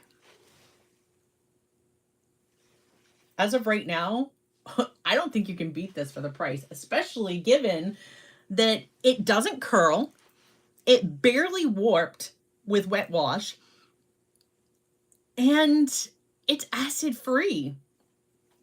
I think we have a winner, but you know, that's just my opinion. Betsy says, colored pencil, please. Okay, absolutely. Boo Peep says the paper looks like a winner. The pastels look so much fun. Oh, you make it look easy. Thank you. The alcohol technique just really floored me. So unexpected. Yeah. Oh, beautiful demonstration. Thank you so much, Boo Peep. That alcohol wash is so great for locking in that underlayer. I mean, imagine if you did it with like your local, we use local color, and yeah, you get those, you want to get those darks. Like when looking through here, like that dark blue, that's what we want to lock down, because then we can put this on top. And if we put our light on top, this has dark color underneath it. And let's say that, you know, right here, there's actually a lot of shadow there. And I want to lift that pastel back off and bring that color that I put down with the alcohol wash. And look at that. I can bring it back, right? I can bring that back. Just lifting it with a paintbrush. I can carve out my darker values that I put down first. I can bring those right back to the surface by lifting off some of that. And all I'm doing, I have the paper towel that sits in my apron here, and I'm just bringing my brush back and wiping it off on that. And I just come back and knock that out. You can do this with seafoam too in waves. This is one of the ways you can like carve out your landscape, bring those values, those darker values back. So when you're doing a painting like that, you want to look at, what am I seeing through my colors, right? Like my mountain, if I would have done this mountain area in my darkest value, because I'm seeing that, or, you know, in these colors, then I can come back through and just, if I get some pastel in that area, I can come back and knock that off. Whether it be, what about with like one of these type of tools, right? Or a silicone tool. I'm looking for where my other silicone tools are. Wait a minute, I think I have some in my bag. Maybe? I thought I did. I have my soft tools in here. I thought I had silicone tools in here too. I had like a lot of supplies for pastels. I mean, I have this guy, but this is like a felt. This one, and this one is a lot more like a scrubber. You hear that? That's like a scrubber. I found that on Amazon, but look at how that lifts, how much that lifts right back out. So there are quite a few different tools that you can use. Like I can pull that and I'd want to wipe it off. I want to clean it in between because otherwise I've just lifted this light color and I'm just going to come back and put it back down there. But look, I can lift it. So if I get silicone tools with the fine points, I can come in and lift that out with that too. There's many different tools that you can use. So there you go. Keep that in mind. Colored pencil. Okay. I'm just going to grab, these are actually some Arteza colored pencils. They're just in my background display here, but I'm going to grab them. And I have like a woodless. There we go. That's also Arteza. And I will grab for you. I'm grabbing similar colors to what we've been using. But let's take a look. I'll do it right here for you. Look at that. Again, I would rotate your pencils as you use them. It is going to, just like with the pastel, it is going to use up that pencil faster because basically, I mean, you're scraping it on sandpaper. So if you keep rotating it, you're going to end up with some nice sharp pencils.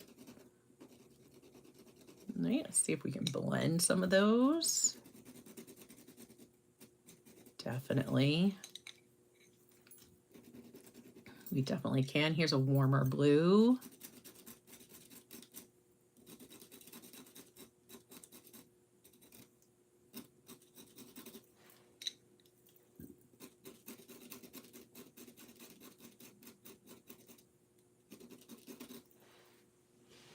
How about that? I also have, pop those back in my little holder. I can reach them. I have my Prismacolor pencils here. You guys don't see me use pencils often, but I do have them.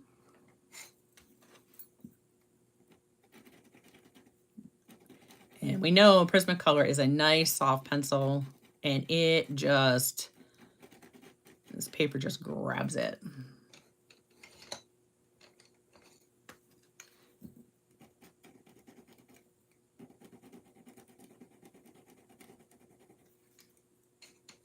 And I hope this is helping. Prisma white. I will definitely say that the pastel pencils certainly laid down easier.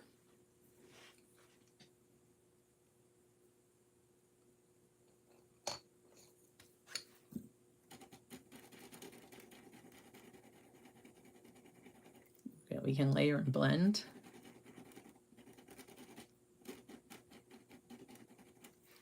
Definitely going to take a lot of layers. If you're somebody who likes to work in a lot of layers, that is definitely, look at that. We can, look how that blends. I hope that helped. Seeing some pencils. What about these? Oh, I'm reaching.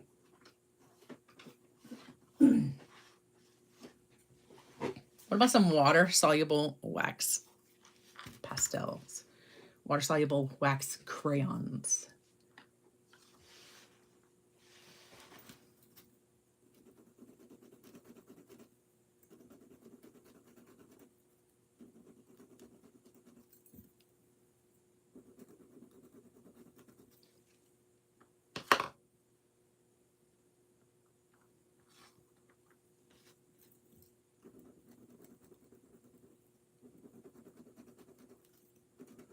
If you can think of something else you want to see, drop it in the comments. If you're watching live, if you're watching on the replay, Sorry, I'm not going to see that, but you can still leave a suggestion and maybe we can try it the next time we use this paper. You will see this paper again. I am definitely appreciating this paper. And of course let's go to our water. So your water soluble crayons, like your Neo Color 2s, I'm going to start with my lightest color here. Look at that. Look at that.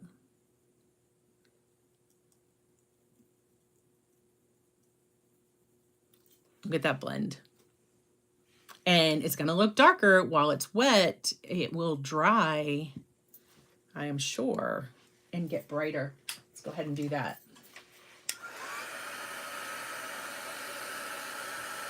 I'm not putting this on too high because I don't want to blow any dust that's on the surface of that off.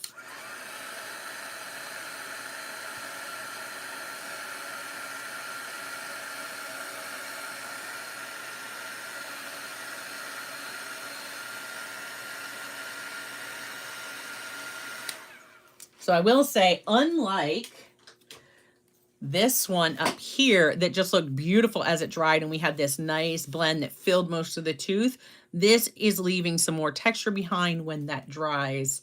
But we could come back over it with more layers. A little bit of that came up, but not too much. The light, see that light color? It's not coming off. Use a finger that didn't have any pastel on it. So there's that.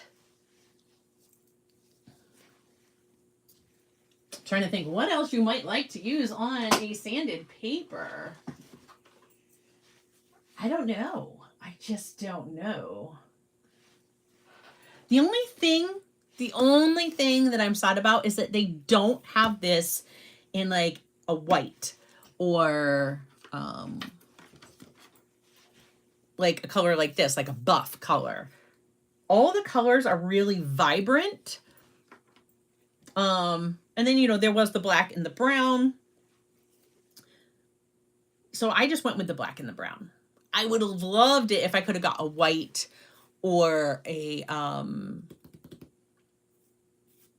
white or like a buff color. That would have been great as well, but sadly, not yet. I looked back, but didn't find the name of the paper. So it's linked in the description. It is, you're going to find it on Amazon.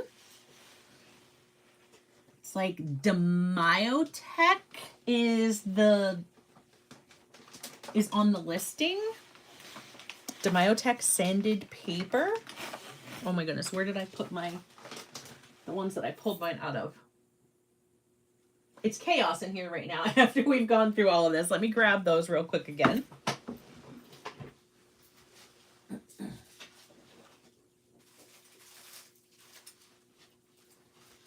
There was our brown again. For anybody who has joined us late. So MJ Pete. It looks like this. And the black one came in a package that looks like this. They do say sandpaper. Everything else is like in Chinese. Sensory art paper, assorted colors, sanded paper. But this is not 10 assorted colors. It comes in different colors.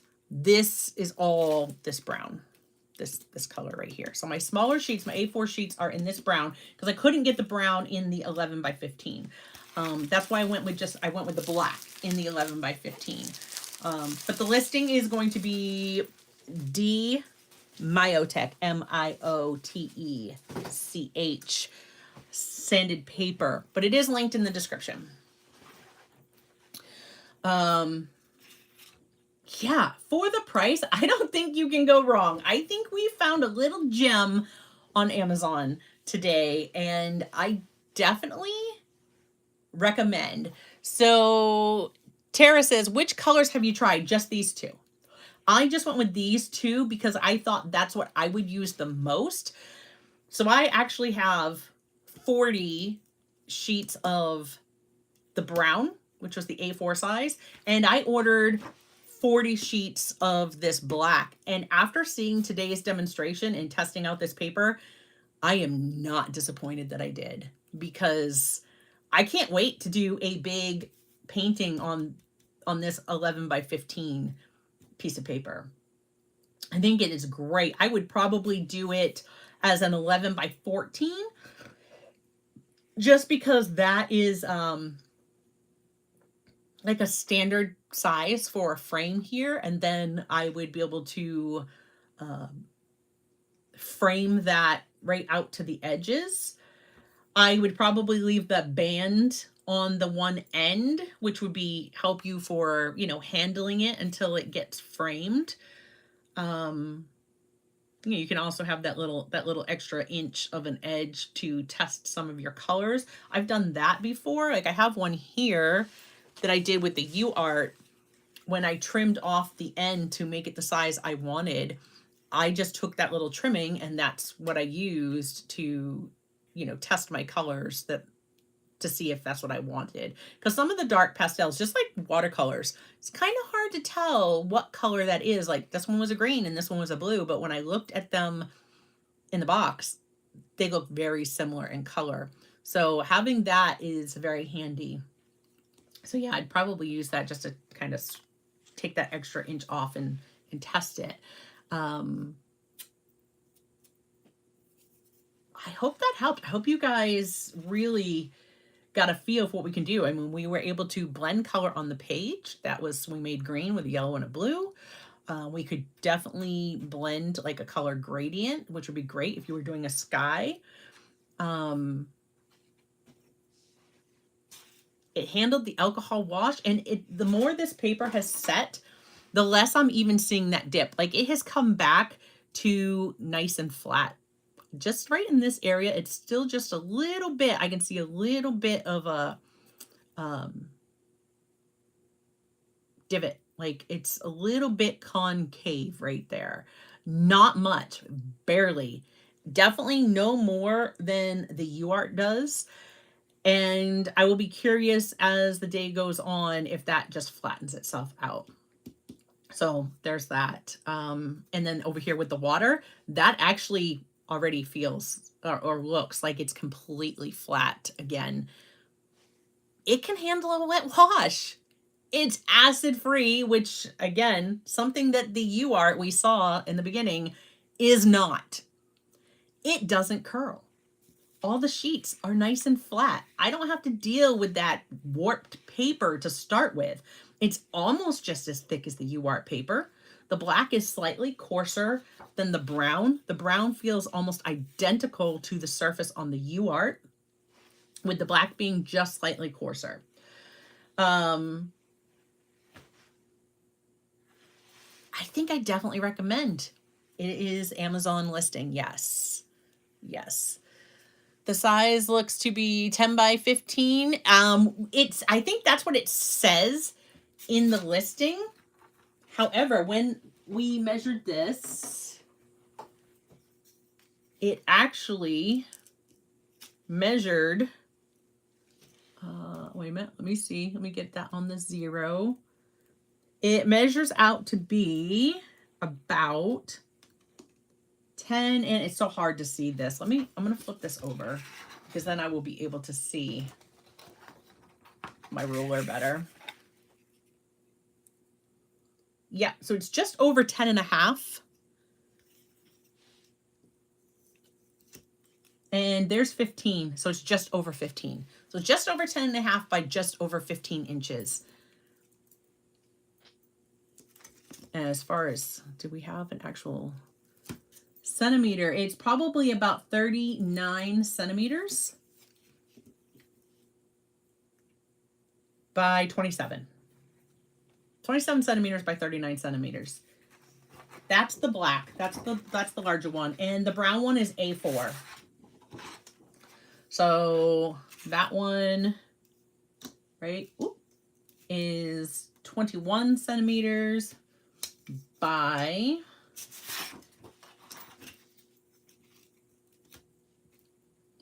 about 29 and a half centimeters.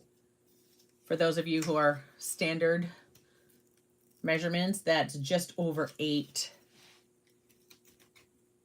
by about 11.5 inches. So those are your sizes. I definitely recommend it. I don't think you can go wrong. Why not? If you have been wanting to try sanded paper, like I said, this brown one, the feel, it's only slightly thinner than the UART paper. The surface feels pretty much identical to the UART 400. It handled wet wash, no problem. There's no buckling. I showed it earlier. The water didn't even come through to the back of the page. We only saw a tiny bit of the alcohol show through to the back, but that dried so quickly. Yeah, I give this 2 thumbs up. I say if you want to try some sanded paper and you don't want to spend a fortune and you want to see if you like it, if you want something that's going to be almost identical to the surface of the UART, but with it being actually acid-free and not buckling and curling, give the brown a try. If you like the black is available in both sizes. The brown is only available as of right now in this size. But 2 thumbs up. Definitely say go out there, try it. It is absolutely worth grabbing to give the sanded paper a try. And if you love working with pastels on sanded paper, try it. I definitely recommend it. I am very excited. There is no disappointment whatsoever. Like I said, when I ordered this, when I saw the price, I had 0 expectations. But I was like, I'm just going to order one. I ordered just one of the brown because that was the cheapest way to go. It was just under $10. So for $10, plus the tax, so it was just over $10 actually with my tax here in Maine. I was like, for $10, I can't go wrong. Right? Worst case scenario, I have some practice paper, that sanded paper, and I can test stuff on or I can swatch stuff on. It won't go to waste. So I'm going to get one. And when that came in and my pH testing pen not only showed up purple, but stayed purple. This has been well over a week. That was the original mark. That was the mark we did today. It's still purple. This is acid-free paper. Unlike the UART that I showed you, it goes yellow immediately. It is not acid-free, regardless of what it says on the pad. It's not. And clearly my pen works because you saw it do the 2 different colors. So yeah, it's not acid-free, regardless of its claims, which is disappointing because I was going to order a roll of it. I actually ordered a separate sheet of the UART thinking, well, maybe it was just my pad. No, the separate sheet tested out the exact same way. So I am thrilled to have this. If you try it, please drop me a comment and let me know what you think. I would love to hear from you. Are you curious? Are you interested in this paper? Do you think you're going to give it a try? I hope so. And yeah, if there's any other questions, drop them in the chat and I will hold for a minute. Thank you all so much for being here. I am going to jump off of here very soon because I need to grab some lunch before Zoom. Anybody who is a channel member on the studio tier or a patron of the studio tier, I will see you in Zoom at 2 o'clock. And I'm going to be working on my Christmas card designs. So yeah, I hope to see you there. If you've enjoyed this video, please do give it a thumbs up. And we have lots of fun, both over on Discord and when we Zoom. If that's something you're interested in, maybe consider becoming a channel member or a patron. Everything is linked below in the description. Everything we use today is also linked in the description. So I hope you will check some of these supplies out and give them a try. All right, until next time, my friends, hey, stay dusty and keep creating. And I will see you in a video real soon. Bye, guys.